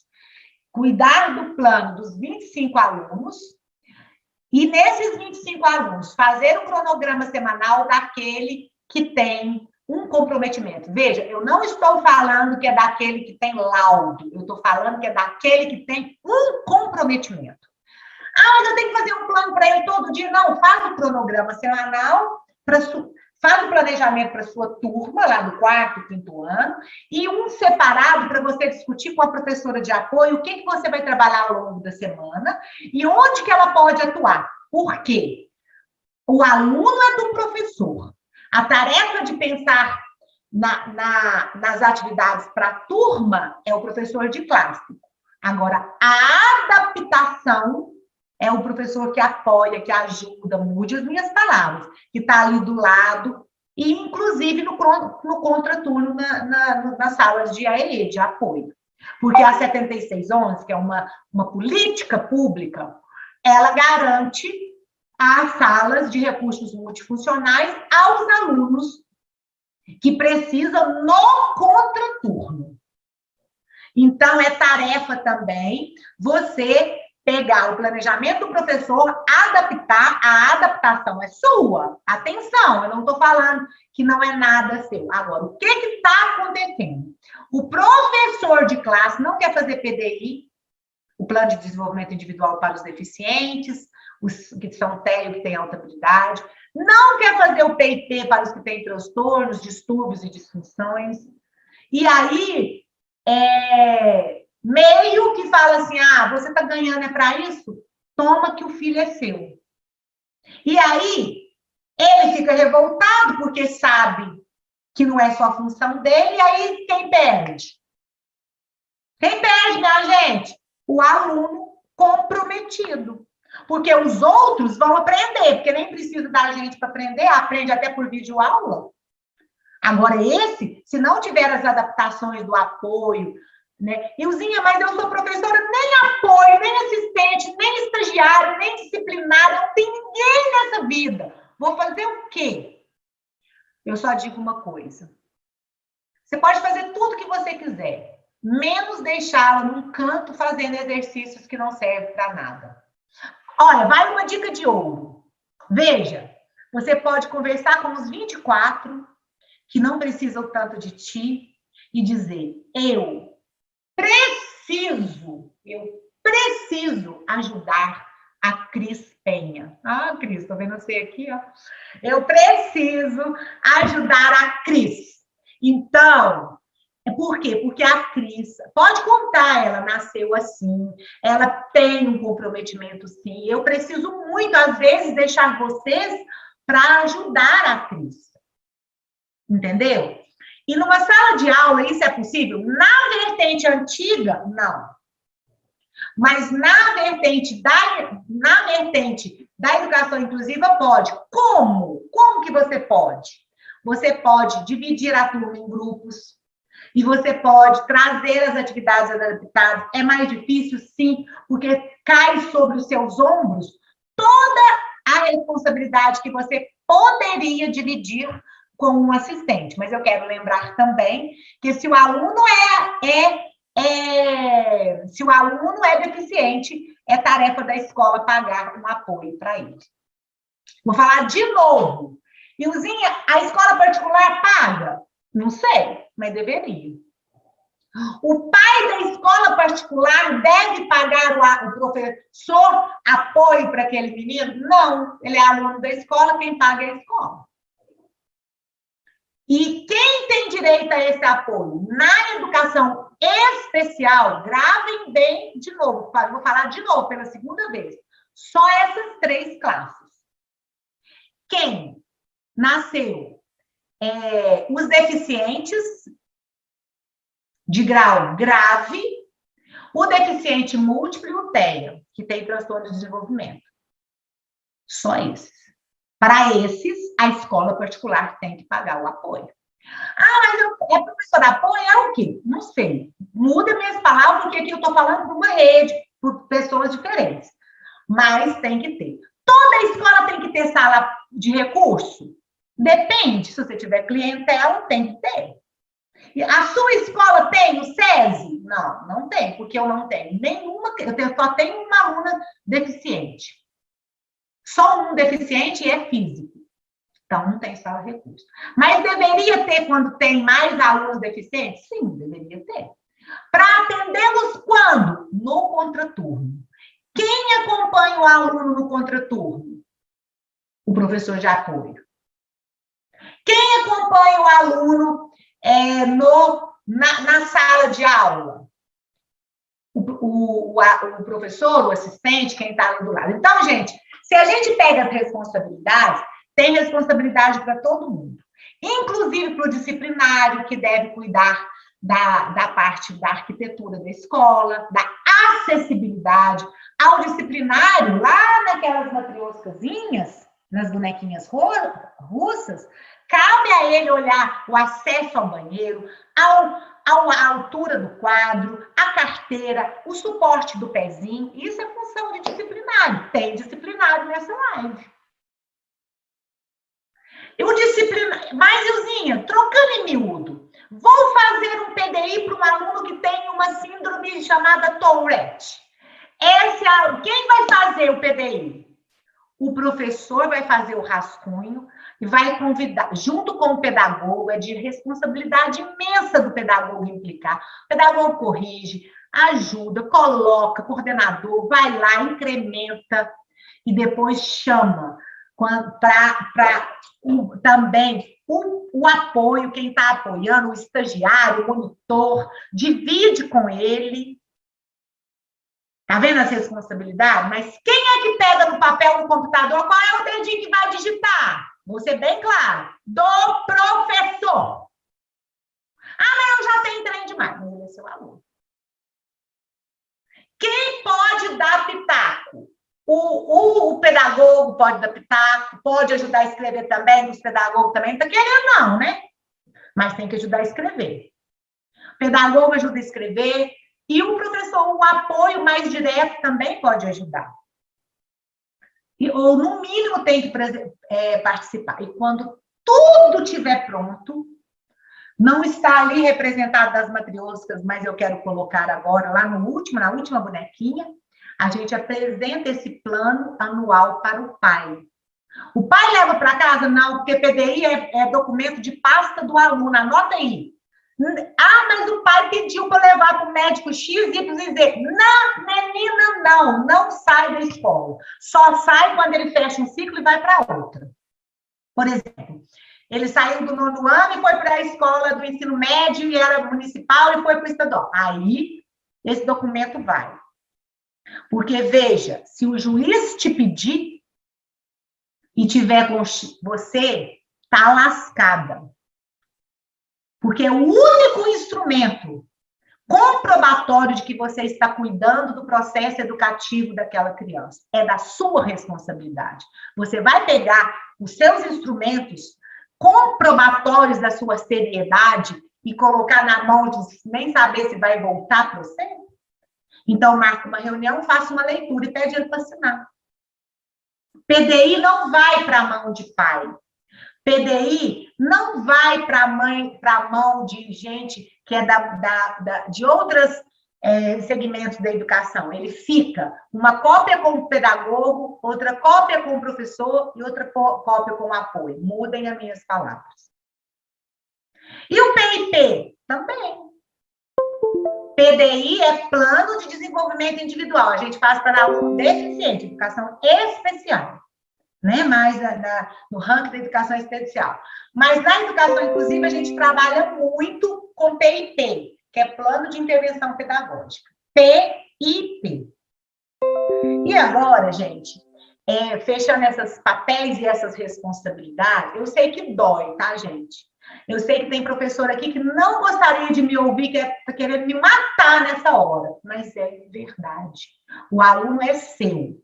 É você que escreve o plano para a sua turma, a sua sala comum, e escreve também para o seu aluno, que veio para você cuidar dele, naquela condição de TEA, de disléxico e de tantas outras denominações, né, tanto diagnóstico. Ele veio, é seu. Pegue e cuide dele. E arranje muitas outras corresponsabilidades, porque agora você sabe que você não está sozinha. Quando a sua pedagoga, a sua coordenadora falar, toma que o filho é seu, você diga, não, eu sei que você tem que me ajudar, vem cá. Vem cá, assuma responsabilidades. Porque no exemplo que eu dei, para trás, vocês viram que ela foi condenada a trabalhos sociais. Então, é responsabilidade de todos nós. Sobre este assunto, eu encerro dizendo que nada é impossível para um coração cheio de vontade. Quem tem vontade, tem a metade. Na alma, ninguém manda. Ela fica exatamente onde ela encanta. Então, se você encantar pelo seu aluno, pelo processo, você implicar, você vai fazer alguma coisa por ele. E cuide-se.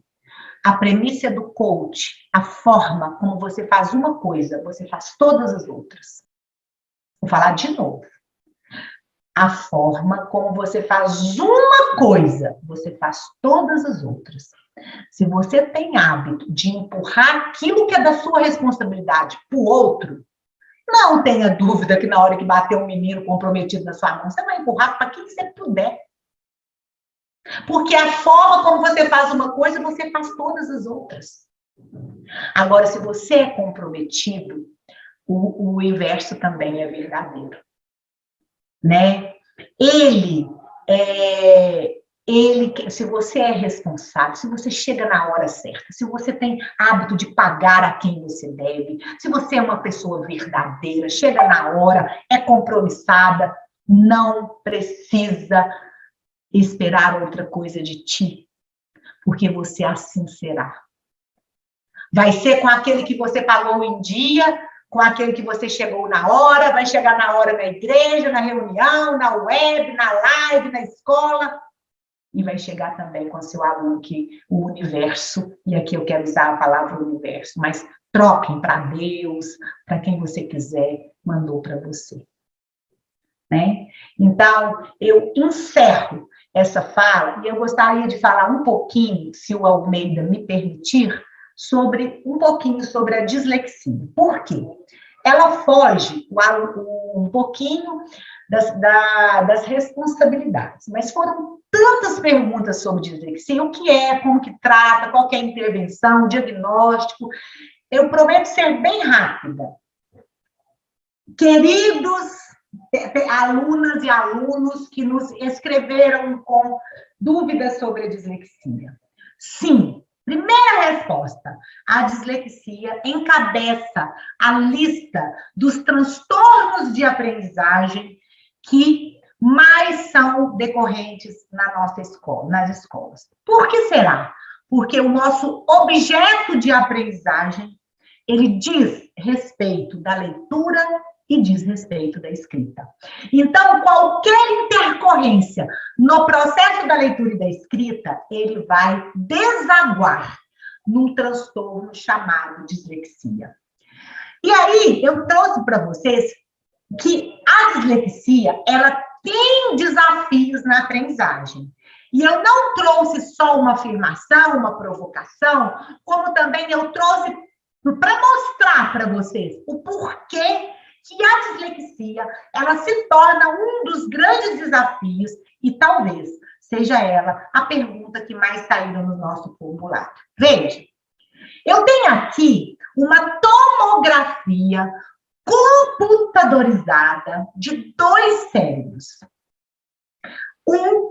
Eu nem gosto de usar a palavra normal, viu, gente? Eu peço desculpas, porque eu não posso mudar uma coisa que não é minha.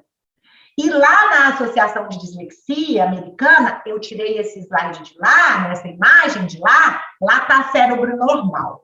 Então, aqui, quando do nosso lado direito, a gente tem um cérebro dito pela Associação de Dislexia Internacional de Dislexia, um cérebro de um aluno, eu vou mudar a palavra normal, de um cérebro neurotípico, como diz a minha amiga querida Amanda Paz. Então, de um aluno típico, né? De um aluno regular. Ponto. Inclusive, a gente deve abolir essa palavra. Na minha turma normal, meu aluno normal, todo mundo é normal. Como assim? Como assim não é normal? Me ajuda, né? Então, gente, ia do lado, né? Do lado esquerdo do cérebro de um aluno, de uma pessoa, lendo, está numa situação de leitura, lendo, e do outro lado, um cérebro de um disléxico. Então, a provocação que eu trago para vocês é o seguinte: será que o primeiro cérebro, ele faz as mesmas quantidades de conexão para interpretar, extrair sentido, significado que o cérebro da direita? Não, é fim de papo. Então, assim, trocando em miúdos, nós recebemos as informações, né, aqui por meio de estímulo, né, visual, de tato, pelo ouvido, pelo sentido, né, a gente recebe os estímulos sempre e chega na nossa memória de curto prazo. E a aprendizagem, ela se dá nas conexões sinápticas que acontecem ao longo do cérebro, de todo o cérebro, por meio da memória de longo prazo. Então, veja, vou falar de novo. A gente recebe as informações, ou aquilo que a gente vai aprender, sei lá, nós vamos ensinar mitose e meiose. Então, eu vou receber aqui, né, pelos estímulos do meu professor, vai para uma memória que a gente chama memória de trabalho, e é lá que ela se conecta com todas as informações que a gente já tem construído no nosso cérebro sobre o assunto, ou não, ou nada sobre o assunto, e vai fazendo conexões. E são essas conexões que transformam em conhecimento. Quando as informações de leitura e de escrita, por exemplo, do disléxico, chega aqui na memória de trabalho, ela faz conexão, mas são empobrecidas. Então, do ponto de vista das características gerais ou expressões funcionais do cérebro, o que é a dislexia? Anotem quem está anotando. A dislexia é um transtorno que está diretamente ligado ao processamento das informações. Ilzinha, mas como assim? Um transtorno, um problema diretamente ligado ao processamento das informações. É isso que eu acabei de explicar. As relações, as conexões sinápticas são empobrecidas. E por isso ele lê tarde, por isso ele não reconhece as letras. Por quê, Ilzinha? E aqui agora vai algumas dicas sobre dislexia. Primeiro e maior delas, a dislexia é um transtorno de ordem hereditária. Ah, mas meu marido não tem, meu filho não tem. Procura que tem alguém na família que tem. É de incidência maior em meninos. Então, primeira coisa, é de função hereditária, de fundo hereditário. Segundo, é de incidência maior em meninos. Terceiro, não se faz diagnóstico de menino com dislexia antes de 8 anos. Por quê? Porque o maior problema da dislexia está ligado na identificação de símbolo. O que são símbolos? Vou pegar meu quadro aqui. Vamos lá. Letra. Se eu fizer assim, é um símbolo. Tchau. Ai, meu quadro está aparecendo. Tá. Se eu fizer assim, tchau. É um símbolo. Dislexo tem problema com símbolo. O que são letras? Letras, sei lá, vou escrever aqui pipoca, sei lá. Flor. Flores. Então, letra é símbolo. Dislexo tem problema com a identificação do símbolo, com a forma de organização desse símbolo e com a atribuição de sentido e significado que se dá à formação do símbolo. Então, veja, dislexo tem problema com relógio, dislexo tem problema com jogo, não dá conta, porque tem fórmula e tem que traduzir em símbolo. Então, ele fica desanimado porque não tem sucesso, a estima vai lá embaixo. Por isso que precisa de apoio, por isso que precisa de ajuda, porque um dos nossos papéis, da nossa responsabilidade, é promover o avanço cognitivo, fazer essas sinapses aqui ficar maior. Então, por exemplo, eu escrevi aqui flores, mas eu não dei conta de ler flores, porque, sei lá, vou escrever aqui, passarinho, né? Letra, dislexo tem problema com o símbolo. Tem hora que ele vai escrever passarinho, ele tem problema, ele põe janarinho, ele põe nariço, que não tem nada a ver.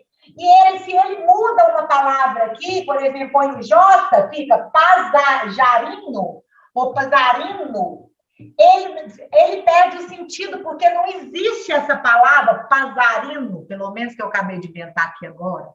Então, o disléxico, ele tem problema com a identificação dos símbolos gráficos. Letras são símbolos gráficos. Com a forma de organização desses símbolos gráficos, ele vai escrever passarinho, ele escreve pasarino, ele escreve janarico, e às vezes, quando ele vai atribuir sentido e significado, ele não consegue, porque o que está escrito não é o que ele dá conta de ler.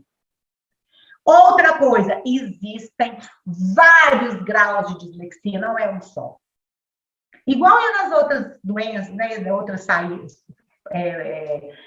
as outras patologias, né? E para fechar, eu quero dizer, existe tratamento? Existe. Melhora demais da conta. Sara? Não. Não tem cura. Porque não é um problema no cérebro, é um problema no processamento das informações. Então, portanto, não tem cura, mas tem melhora. Como, Ilzinha? Com a ginástica cognitiva que você vai fazer por meio dos exercícios que você vai adaptar juntamente com a professora. Então, isso, por exemplo, ajuda quem tem um apoio. E quem não tem, tem que caminhar, remar sozinho, né? Qual que é o prejuízo para o aluno disléxico? É cansativo, ele não dá conta de ler a mesma palavra, como ele tem problema na formação da organização do campo semântico, ele não dá conta de ler o que ele escreveu, é sem sentido, sem significado, então ele é cansativo, ele perde o prazer. Não tem cura, mas tem terapia. A possibilidade de desenvolvimento dele é nas habilidades. E ele é um problema neuroquímico. Então, Luzinha, é um problema no cérebro? Não. É um problema no processamento cerebral. É diferente, anota aí. Dislexia não é um problema no cérebro. Dislexia é um problema no processamento das informações. Como a gente mexe com leitura e com escrita, ele tem problema com signo e símbolos, ele não dá conta dos símbolos gráficos que são necessários para ler e escrever. Outra coisa, da dislexia. A dislexia, eles vão melhorar a leitura? Vão. Essa régua mesmo aqui, ó, é uma régua de disléxico, que ajuda a disléxico a ler. Peraí, aqui. É uma régua que ajuda a disléxico a ler. Então, essa tarefa aqui é do assistente, não é do professor, não. Quem vai fazer essa régua, quem vai atrás dessa régua, quem vai construir ela, com papel grosso, é o assistente. Então, pessoas, é isso. O sucesso do tratamento com o disléxico, ele é quando a gente descobre quanto antes melhor. Mas antes de 8 anos, anota aí, não pode falar com menina disléxica, não. Então, fala o quê, Ilzinha? Fala assim, ó. É melhor falar assim. A Flavinha, né, o exemplo que eu dei lá, questão de 3 anos, que eu gosto muito, ela está aqui nessa live, eu já vi ela. Assim, há indícios na minha sala de 3 anos, de 4 anos, de que o meu aluno de 6 anos, de que o meu aluno poderá ter uma dislexia. Aí ele tem dificuldade com o símbolo, aí ele tem dificuldade na hora de fazer trocas simbólicas, ele não dá conta de brincar, ele tem problemas. Então, assim, há indícios que podem dizer isso para a gente. E outra coisa, por fim, a última, juro. Não existe só dislexia de leitura e nem só dislexia de escrita. Eu não posso dizer, meu aluno é disléxico da leitura, porque também existe aluno que é disléxico só de escrita.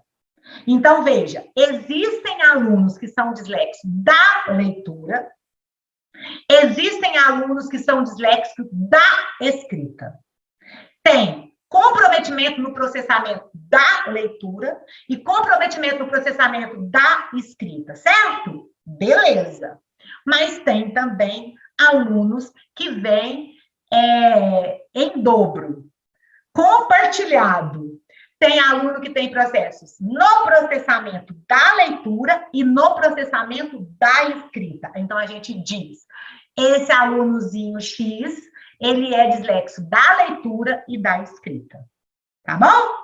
Eu acho que eu atendi muitas pessoas que perguntaram muito sobre o que é dislexia, se tem graus, qual que é o diagnóstico, quantos anos faz o diagnóstico, o tratamento, né? Qual que é a vertente do tratamento do dislexia, eu já disse, vou reafirmar de novo, por meio da vertente cognitiva, da atuação cognitiva por meio de atividades de muita qualidade.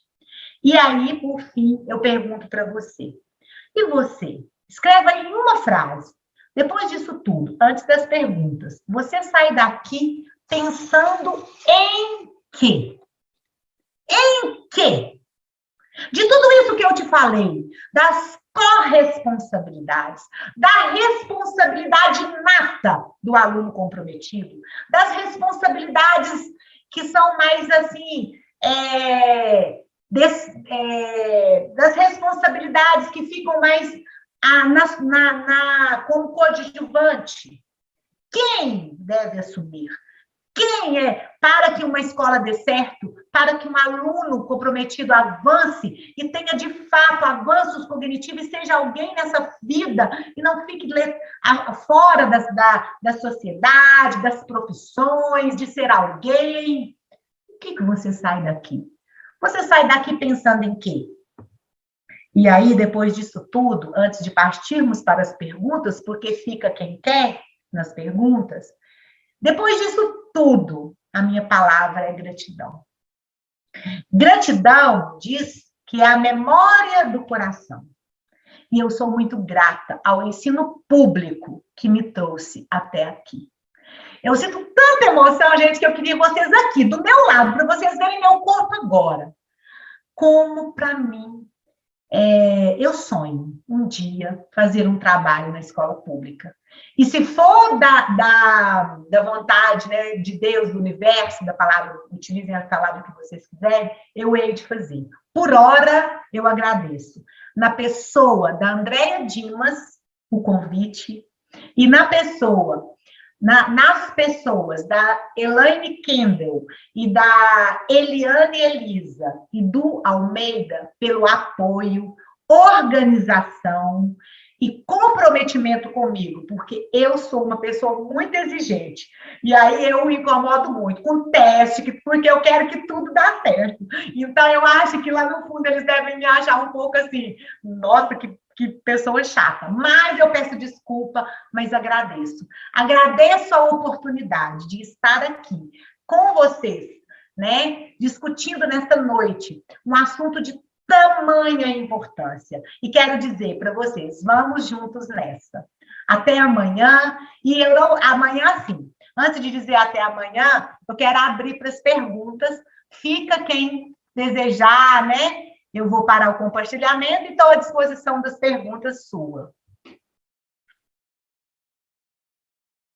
Pessoal, tem algumas perguntas, né, alguns questionamentos, e nós vamos colocá-los aqui agora para que a Ilzinha possa buscar responder alguns desses questionamentos que foram apresentados durante a palestra.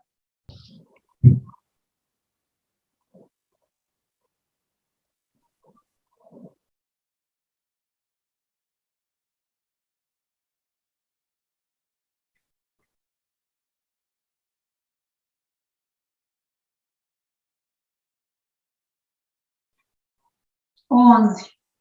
Quer dizer, 10. É total, gente. É uma brincadeira, mas assim, a nota quando você tem alguém para você compartilhar, né? Eu estive na gestão durante um ano sozinha, e agora chegou uma pessoa maravilhosa para me ajudar na gestão. Eu agradeço dentro do meu coração quase todas as noites a oportunidade de conviver com essa pessoa, porque ela alivia meu fardo. Então, essa é a importância do assistente educacional ou do professor de apoio. Na sala de aula, juntamente com a professora regente, com um trabalho dessa natureza, que nós já entendemos que não é integrativa, né? Ela nem só ir para a escola, só já morreu essa questão, é muito importante, ok? 2. Só um minutinho. Desde que você reconheça, como em qualquer lugar da sociedade, o seu lugar sistêmico. E que você assuma a sua responsabilidade no que tange as responsabilidades educacional no sistema escola. Quando eu falo sistêmico, é isso. Então, assim, a importância é 10, desde que você tenha, de fato, a clareza de que você tem muito o que fazer por isso, né? Vamos lá. Oi.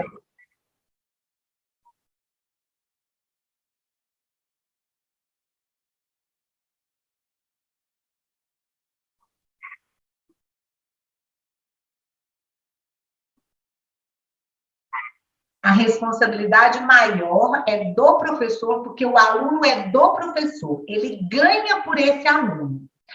Agora, a responsabilidade da adaptação do plano do professor, de favorecer, de encontrar os meios e os modos para fazer aquele objeto de aprendizagem que está sendo trabalhado. Antigamente a gente falava conteúdo, né?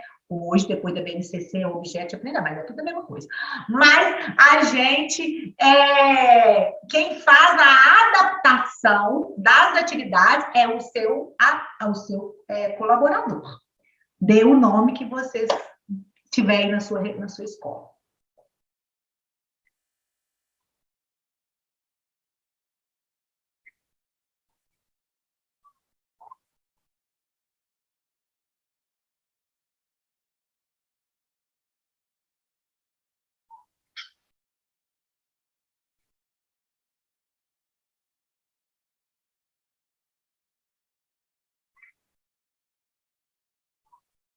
Olha, o número, só Jesus, né, na causa, porque faz a matrícula, a gente separa, muitas vezes a gente não sabe, e muitas vezes, às vezes, ao longo do ano é que você vai descobrir quem tem transtorno, né, ou disfunção, que são palavras sinônimas, ou quem tem um distúrbio, ou quem, de fato, tem uma deficiência, né, ou tem laudo, enfim. Mas,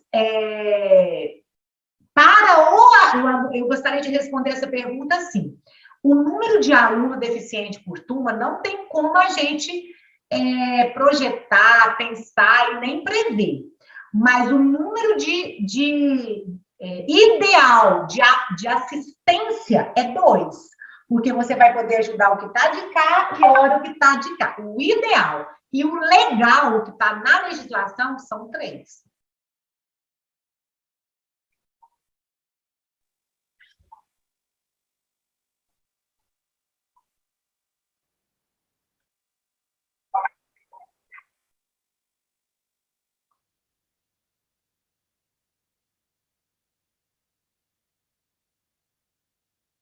Eu, que sou uma gestora de uma escola, né, estou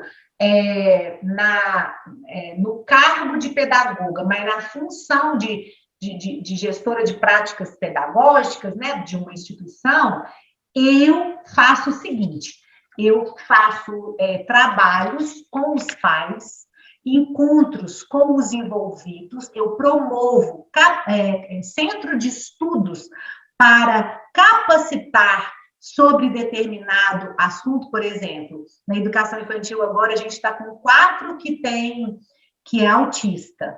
Então, a gente já tem planejado, estudado sobre a questão do espectro autista, né? E aí, como conscientizar que é de todo? Não existe essa frase, toma que o filho é seu. Quando você implica as pessoas no processo, e quando de fato você mostra que você não está ali para brincar, que você quer fazer alguma coisa por aquele aluno. Então, quando você faz isso, a pessoa compra o seu projeto, seja ele intitulado ou mediado num plano de desenvolvimento ou num plano de intervenção. Então, a grande questão é você conseguir implicar a todos no processo. Eu tenho um caso de um neurologista aqui da cidade que quis um dia visitar a instituição. E o que tem? Ele, não sei, porque isso não é comum em neurologistas pediátricos, mas eles quis ir lá, né?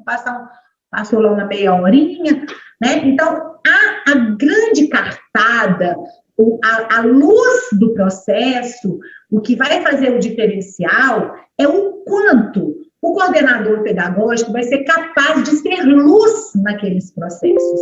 Então, é uma decisão sua ser luz, né? E quando você decide ser luz, você consegue refletir no seu projeto a ação e as responsabilidades, a corresponsabilidades de todo, porque eu acredito que todo convite, que não é diferente não, né? O pau que dá em Chico, dá no Francisco. E você chega, por exemplo, para o diretor e fala assim, hoje eu não posso, hoje eu estou apertado. Você convida de novo. Não, mas eu remarco. E você vai implicando, e vai assim, opa, essa pessoa faz questão de que eu esteja lá. Eu estar estarei. A forma de estar, a qualidade da presença, vai depender do esforço que você vai demandar sobre o seu projeto de ajuda. E outra coisa, não precisa pensar num projeto mirabolante, do outro mundo, da NASA, não é coisa simples. É no arroz e feijão, é junto com a sua pedagoga discutindo, dialogando, né? Por quê? Porque se você tem um gestor que te implica nos processos, se você fala assim, olha, eu não sei avaliar, mas eu juro que eu vou procurar um curso que me ajude a avaliar, nem que seja as patologias mais comuns na escola, ou aplicar alguns testes que vão elucidar o processo, né? Sei lá, uns testes projetivos ou de raciocínio lógico, que vai pelo menos descartar alguma coisa. Se você consegue implicar todo mundo, as pessoas se comprometem com você. E não é por você. Se comprometem porque, de fato, querem deixar um mundo melhor. Eu abri a live falando disso e eu quero fechar dizendo isso também. Porque de políticas públicas eu acho que a gente não precisa, não. Tem a primeira, que foi em 1961, que é a 4004, depois veio a LDB, depois veio a do Sala Recurso, veio a do Estatuto da Pessoa com Deficiência, a Declaração de Salamanca, a Caixinha de Fósforo, chegou aqui na última, que até eu não estudei, mas eu tenho ela aqui anotada, que é o Decreto 10.052, da Política Nacional de Educação Especial, que é de 2020. Então, a gente tem a 3.146, que é as políticas públicas que cuidam da educação inclusiva. Então, de lei, de política, a gente acha que a gente já está bem aportado. Agora, o que precisa é a grande frase que eu quero encerrar. Gente, a gente não precisa muito de coisas, a gente precisa do outro. Ponto. E outra coisa. A gente... um lugarzinho no mundo, não precisa de você favorar, não vai ter um lugar para mim, vai. Tem um lugarzinho nesse mundo para todo mundo. Né? Então, um desemprego muito grande. Será que eu vou conseguir sobreviver? Vai, você vai conseguir sobreviver. O que falta às pessoas é consciência. Essa não dá para todo mundo ter, não. Mas se a gente tiver consciência e acreditar que é o menino que revela o homem, acredite nos seus projetos. Implique o maior número de pessoas como representada na metáfora das matrioscas. No seu processo, faça que eles comprem a sua ideia, que você vai ser luz nas pessoas e vai deixar o mundo melhor. Ilzinha, nós é que agradecemos a equipe do CRPE, a Secretaria Municipal de Educação, pela sua dedicação, pelo seu compromisso, pelo carinho que você recebeu o nosso convite e hoje trouxe essa palestra tão bacana, tão bem agraciada, né? Tanto os participantes que estão aqui na sala virtual, quanto as pessoas que nos acompanharam pelo YouTube, deixaram excelentes elogios para o seu trabalho, né? Você, mais uma vez, aí, contribuindo com todos nós, com a nossa rede e as outras redes do município de Divinópolis. Parabéns a você pelo compromisso e pela sua competência. Muito obrigado, Ilzinha. E eu gostaria de passar também agora a palavra para a nossa secretária de Educação para fazer as considerações finais e os agradecimentos. Primeiro, eu queria, né, só destacar que quando a gente chama uma pessoa como a Ilzinha aqui, né, a gente sabe a competência, eu já falei no início, né, a Ilzinha trouxe alguns apontamentos de política pública, né, eu sou uma estudiosa da área, ela sabe disso, e acho que é até importante aproveitar e destacar isso para as pessoas que estão nos acompanhando, né, a gente teve algumas modificações nas diretrizes da educação inclusiva do município, e vem de encontro um pouco ao que a Ilzinha trouxe, né? Ela deu algumas experiências, no caso, ela disse do assistente educacional e do apoio, e aqui a gente pode dizer dos profissionais especializados da saúde, né? Que, na verdade, pela 7611 não é uma obrigatoriedade no município, né? A obrigatoriedade é da saúde, mas nós entendemos que é necessário, né? E o nosso objetivo foi, inclusive, ampliar esta equipe, entendendo que se a gente pega, por exemplo, o Conselho Federal, né, de Fonoaudiologia, é um profissional que nós não tínhamos na equipe, e o Conselho Federal de Fono, ele é muito claro, dizendo que a avaliação específica ela tem que ser feita pelo fono. Então, por mais competente que sejamos, por mais que busquemos conhecimentos, a gente sabe que a especificidade ela é importante. O fonoaudiólogo tem a dele, o fisioterapeuta, o TO, o psicólogo, o assistente social. Então, é isso, né? Fazer política pública é avançar onde a gente consegue no momento e pensar em aprimorar no futuro depois. Então, era mesmo só para contribuir, para dizer que a gente está aí com essa equipe reestruturada para fazer avaliação especializada nas escolas. No mais, muito obrigada, Elzinha, agradeço muito pelas palavras, esperamos recebê-la de volta. Então, é isso, obrigada, Elzinha. Obrigada, Andréia, leve com você todo o meu amor aqui representado na metáfora das matrioscas, né? Com você, que você possa brilhar e toda a sua equipe, porque eu sei, assim como você, né? Também a gente tem a Lorenza, tem também as outras, né, lá de Pedra, são as pessoas que, né, que de fato querem fazer um diferencial, né? Que Deus te abençoe nesse seu trajeto. Gratidão. Eu quero também agradecer, né, as pessoas que estão aqui, que me ouviram durante 2 horas. Não é fácil, né, depois de um dia cansado. Em nome do SESI, eu quero também agradecer, dizer que nós estamos juntos nessa, que ninguém é melhor do que ninguém. Todo mundo está aí para colaborar, para doar, e o amor que você espalha é o mesmo que volta para você. Pessoal, muito obrigado a todos. Até um próximo encontro. Tchau, tchau.